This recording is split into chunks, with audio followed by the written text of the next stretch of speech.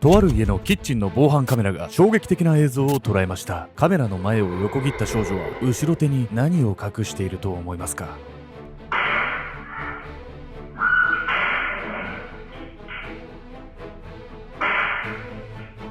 ？2024年3月19日、アメリカミシシッピ州、自宅のキッチンでスマホをいじりながら犬を撫でていたその少女はカーリー・マリソン・グレッグ。2匹の大型犬が嬉しそうに歩き回るその家には一見して穏やかな時間が流れているように見えました。しかし本来ならカーリーはのんびりスマホを眺めている場合ではないはず。なぜならその家の奥には彼女が撃ち殺した母親の遺体が転がっていたから。母親を撃った直後、平然と犬と戯れていた14歳の少女。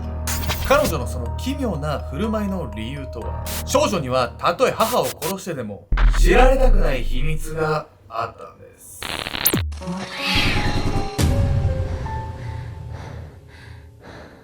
おそつけたです。イヤミンコです。イヤミンさん、この間ね、おみくじ引いたんですよ。なんで？謎のタイミングで。はい、なんでおみくじなんか今引くのよ。そしたらね、大吉。大吉だったの？いいじゃない、いいじゃない。だから仕事も恋愛も健康も全てがうまくいくと。結婚相手とかもそろそろいい人見つかるのかもしれないし、仕事もぶち上がるかもしれないし、健康状態も栄養過多になるかもしれないですね。いや、それは逆じゃない。それは本当にいろんなことがもうすごいなる。栄養過多になる。でも思ったんですけど、運って自分が運気いいなって思うとその通りになんじゃねえか。スピリチュアルのチャンネルじゃないんですけど、なんか自分って運いいなって思って生きてると、いいことが起きたら運がいいなと思うし、悪いこと起きても俺運いいし、この後なんかいいこと起きるんだなと思えるから、結果なんかだんだん人生が良くなるんじゃないかなというね。それさ、おみくじ引く意味なくない？皆さんもこのチャンネルに出会えたのが運がいいと思って見ていただければ幸いでございます。今回ご紹介するのはアメリカミシシッピ州で起こった14歳の少女による殺人事件について。母親が溺愛していた娘に銃殺されてしまうという非常に悲劇的な事件です。なんかすっごい若い子がまた殺人を犯してて、何なのかしら？親の過干渉とかっていう話なのかしら？どうなのこれは。プレッシャーになってた部分っていうのは少なからずあるようなんです。だとしてもね、この少女の行動っていうのはあまりにもやりすぎではあるんですけれども、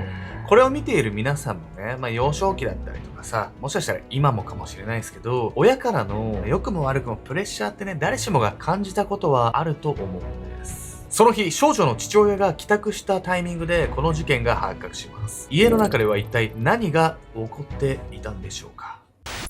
少女の異変。2024年3月19日、アメリカミシシッピ州。仕事を終えてすぐにスマホを確認したその男性はヒース・スマイリー。画面には妻のアシュリーからのメッセージが表示されていました。あなた何時頃帰ってくるの？ヒースはアシュリーと数年前に再婚。彼女の連れ子であるカーリーと3人で仲睦まじく暮らしていました。自分の帰りを心待ちにする妻からのメッセージにヒースは寄り道をせずに帰宅。そして玄関を開けてすぐに彼はその家の中の様子に違和感を覚えるんです。ただいま、誰もいないのか？妻のアシュリーは夫の帰りを気にしていたはずでしたが、ヒースが呼びかけても返事すらしません。家には娘のカーリーもいるはずですが、そこは不気味なほどに静まり返っていたんです。一抹の不安を覚えながらも部屋を順番に覗いていくヒース。そしてそれは彼がキッチンの扉を開けようとした時、3センチほど開いた扉の隙間から響いた銃声。その弾丸はヒースの肩をかすめました。犯人は確かにヒースの顔を狙って発砲しましたが、彼はかろうじてその弾丸をかわしたんです。ヒースがその扉を開けると、そこで銃を構えていたのは14歳の娘カーリーでした。ちょっと帰ってきて、安全な場所のはずなのにいきなり発砲されちゃったらさ、どうしていいか普通わかんなくなるのに、よくとっさに避けられたわねこれ。家の中がね、あんまりにも静かだから、ヒースも警戒しながらね、ドアを開けたんだと思います。そしてこの後衝撃的な事態が彼を襲うんです。話しなさい。ひどく怯えた様子で銃を手にしていたカーリー。父ヒースは彼女に掴みかかり、どうにか銃を取り上げました。銃を奪われた娘のカーリーは家の裏口から一目散に逃走。ヒースはその後ろ姿を見つめ、呆然とその場に立ち尽くします。あんなに怯えて銃まで持ち出して、まさか強盗でも入ったか？娘のカーリーの異様な振る舞いにまだ侵入者が家に潜んでいると考えたヒースは、そこから慎重に家の中を探っていきました。そしてカーリーの部屋のドアを開けた時、ヒースはその場に凍りつきます。その部屋の中では妻アシュリーが死んでいたんです。逃走したカーリーは警察によって自宅から数百メートルの位置で取り押さえられました。奇妙だったのは母親を殺害したにもかかわらず彼女が一切それを一大事とは捉えていなかったこと。第一級殺人罪に問われたカーリーは自身の裁判が開かれる時になってもまだニヤニヤと笑みを浮かべているほどだったんです。なんでお母さん殺したのにこんな笑ってられるわけ？家族仲良かったんじゃないの？しかもね、カーリーは表向き優等生で、とてもね、犯罪を犯すような人には見えなかったというんです。一方でカーリーは母親に対して非常に複雑な感情を抱えていました。母親の死に平然とした態度を見せていたその理由は、親子の歪な関係に隠されていたのかもしれないんです。家族の虚像。先ほども説明したように犯人のカーリーとその両親の関係は一見して良好なものに見えていました。数学教師の母アシュリーはカーリーを溺愛しており、母親譲りに賢く育った彼女は学校でも飛び級するほど優秀な生徒。ママ父のヒースもカーリーを優しい子と言って可愛がっており、彼女が家族に恨みを持つ理由はどこにもないように思いました。しかし事件の数ヶ月前、そんなカーリーにとある異変が起こったんです。カーリー、今日はちゃんとお薬飲んだ？気分はどう？ひどく落ち込んだ様子のカーリーの顔を覗き込むようにして問いかける母アシュリー。この頃彼女には不安障害や摂食障害、睡眠障害、幻聴など様々な症状が現れていました。そう、カーリーは聡明で優しい子である反面、精神的に不安定な部分があったんです。そして彼女の精神的な脆さは母親の影響によるもの。母アシュリーは一人娘のカーリーを溺愛していましたが、その溺愛ぶりは言うなれば過保護とも呼べるものだったんです。過保護ってさ、それはそんな精神に異常をきたすぐらいなものだったわけ？具体的なね、エピソードっていうのはあまり語られてはいないんですけれども、母親の娘のカーリーに対する執着っていうのは相当なものだったらしいんです。母親のアシュリーが過保護になった理由の一つは、カーリーが4歳の頃、彼女の姉が亡くなってしまったこと、大切な娘を亡くしたその経験が残されたもう一人の娘への執着を強固なものにしました。また現在の夫ヒースはアシュリーにとって2人目の夫。カーリーには他にも実の父親がいます。お父さんみたいになったらどうしよう。カーリーがまだ幼い頃から何かにつけてそう口にしていた母アシュリー。カーリーの実の父は双極性障害と統合失調症を患っており、アシュリーはそれらが娘に遺伝していないか常に気をもんでいたんです。もう二度と娘を失いたくない思いと、実の父親のようにはなってほしくないという思い、2つの思いが絡み合った結果、母アシュリーはカーリーの行動に逐一口出しをするように。例えば事件の1週間前、カーリーが長いブロンドの髪をバッサリと切った時も、あなた男の子にでもなるつもり？お願いだから妙な気を起こさないでね。カーリーは笑って受け流したと言いますが、髪を切っただけで過剰に反応する母親の存在は確実にストレスになっていました。学校で飛び級をするくらい抜きん出て頭が良かったカーリーですが、彼女が勉強熱心だったのも母親を落胆させないように必死だったため、不安障害や摂食障害など複数の障害を発症したのはそんな母親の重圧に耐え続けた結果だったのかもしれません。カーリーは精神科で様々な薬を処方されました。するとその結果、症状はさらに悪化していったんです。なんでさ、薬飲んだのに症状が悪化したわけな？誤診だったってこと？お医者さん。これはですね、薬の副作用だったというんで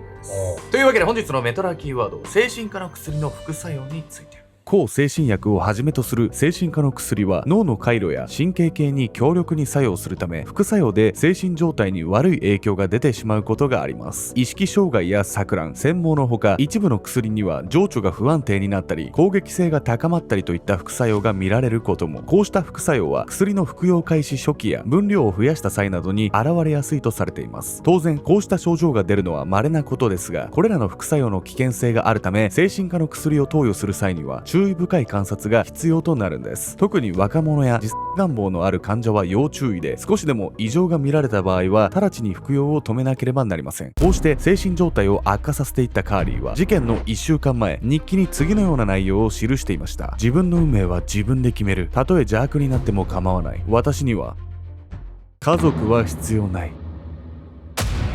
この日記の内容見てるとさ、やっぱお母さんの過干渉がかなりストレスとかプレッシャーになってたんだなって思うんだけど、やっぱこれがきっかけで犯行に及んじゃったってこと？いや、この段階ではね、カーリーも殺人までは考えてなかったかもしれないです。犯行には明確なきっかけがありました。この後彼女は母親には絶対に知られたくない秘密がバレてしまうんです。優等生の秘密。2024年3月19日、母アシュリーは授業を終えたカーリーを車で迎えに来ていました。すると彼女が現れる前にアシュリーの車に近づいてきたのは一人の少年。彼はカーリーと仲のいい友人でした。こんにちは、どうかした？少年が車へ近づくと同時に窓を開けてそう声をかけたアシュリー。少年は何か思い詰めたような表情をしていたんです。そしてアシュリーに問われた少年は言いにくそうにしながらもその事実を口にしていました。最近カーリーの様子がおかしかったのでお母さんには伝えておいた方がいいと思って、実は彼女はマリファナを吸ってるんです。真面目な優等生だったカーリーがこのところマリファナやタバコを吸っているところを見かけるようになったという少年。彼女は親に内緒で使い捨ての携帯も所持しているといい、あまりの表現ぶりに悪いことに巻き込まれているのではないかと少年は心配していたんです。ショックを受けつつもお礼を言って少年と別れた母アシュリー。帰ったら今の話が本当かどうか確かめないと。確証が得られない限りは娘を信じよう。アシュリーはそう自分に言い聞かせ、学校から出てきたカーリーには何事もなかったかのように接しました。しかし幼少期からいつも母親の顔色を伺ってきたカーリーは彼女のわずかな態度の変化を敏感に察知していたんです。お母さん？自宅に着くなりカーリーの部屋へ一直線に向かっていった母アシュリー。カーリーはそんな母の姿を見るなりすぐに状況を察した。やっぱりバレてる。母親が部屋に隠してある電子タバコの吸引器を探しているのだと彼女にはすぐに分かった。同時に強烈な不安がカーリーを襲った。あれを見つけたらお母さんは私に失望しちゃう。お母さんは私を嫌いになっちゃう。母親のうんざりした顔を思い浮かべカーリーの鼓動はみるみる速くなっていた。気がつけば彼女は両親の寝室へ向かっていた。ベッドのサイドテーブルから取り出したのは一丁の拳銃。ダメな子だと思われるくらいなら。カーリーはキッチンの防犯カメラに拳銃が映らないよう後ろ手にそれを隠しながら母親のいる自分の部屋へと歩みを進めていった。そして扉を開けた時、そこには電子タバコの吸引器を手にした母アシュリーの姿が。カーリー、あなた。母アシュリーが何か言うよりも早くカーリーはその引き金を引いた。これでもうお母さんに嫌われずに済む。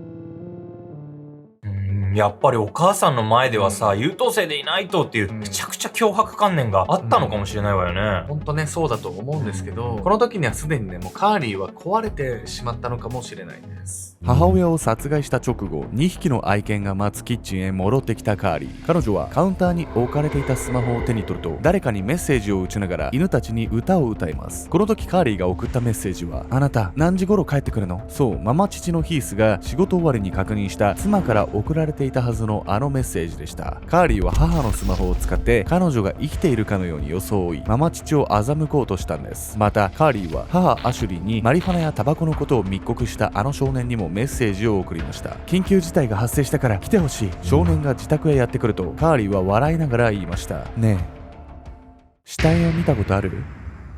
うちのお母さんの死体がそこにあるよ。カーリーのその行動はまるでお前が密告したからこうなったという少年への当てつけのようでした。2024年9月、カーリーの裁判が改定すると弁護人は当初持ちかけられていた司法取引を断り心神喪失を理由に無罪を主張。おそらくカーリーはその主張が通ると思っていたのでしょう。彼女はまるで自分の犯した罪の重さを理解していないかのように裁判中笑顔さえ見せていたんです。しかし2時間後、その笑顔は消え失せていました。検察はカーリーが拳銃をカメラに映らないように隠していたこと、ママ父に母親を装ったメッセージを送ったことなどから犯行は計画的なものだったと指摘。それらの状況証拠から心神喪失の主張は支持されず、彼女は有罪判決を下されるんです。こうして第一級殺人で仮釈放なしの終身刑を言い渡されたカーリー。その瞬間、彼女は数時間前の余裕が嘘だったかのようにその場で泣き崩れました。優等生だった自分のイメージを台無しにするその秘密を知られたくないあまり母親を殺害してしまったカーリー。母親のアシュリーは確かに過保護な部分もあったかもしれません。しかしたとえ娘が非行に走っていたことを知ったとしても、彼女が娘を嫌ったり見捨てたりするようなことはなかったはずです。今回の事件はその思いがカーリーに伝わっていなかったがゆえの親子のすれ違いが生んだものに思えてなりません。あなたはカーリーのように親に失望されることに恐怖を覚えた経験はありませんか？